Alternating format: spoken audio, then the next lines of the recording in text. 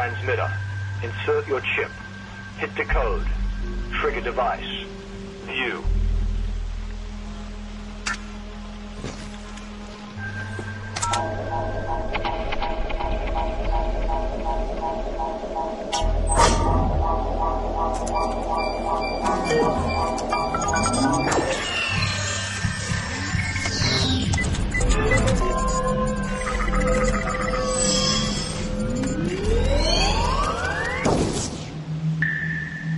Now you know what's on the chip. You know why we need it. You have a choice. Join us or face the consequences. There's no turning back. Download this now.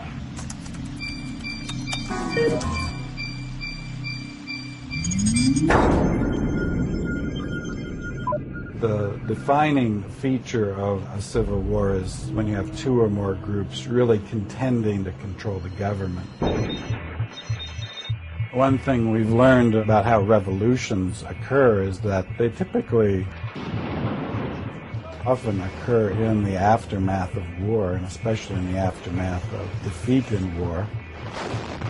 Once a government has been destroyed or comes apart, that does create opportunities for armed groups to spring into action and perhaps attract supporters in a way that they obviously couldn't if there was a legitimate government in power.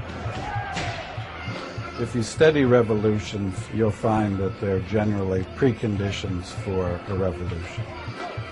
First of all, you need widespread and intense grievances. Typically, there's a great deal of agitation, protests,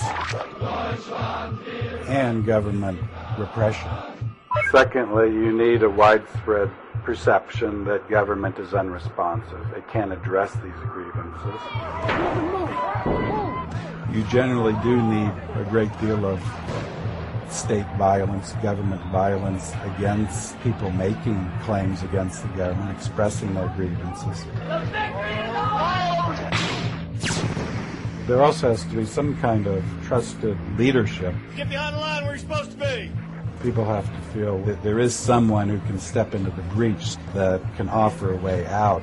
Yes, sir. They have to have a viable strategy. But if people don't feel you really offer a viable strategy, why are they going to stick their necks out? Unless they kind of all come together at once, a real full-blown revolution is unlikely.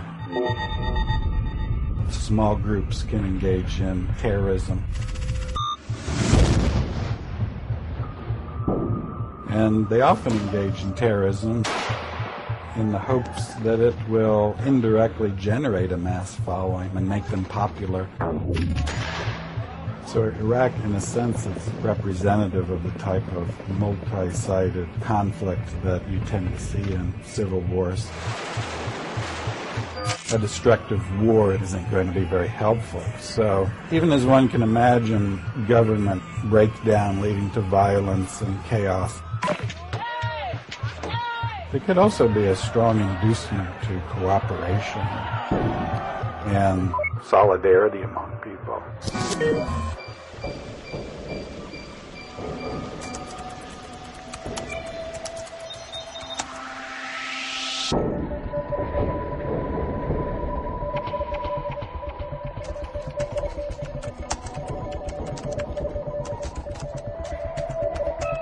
Your new controller. Now, transmit the information on the chip.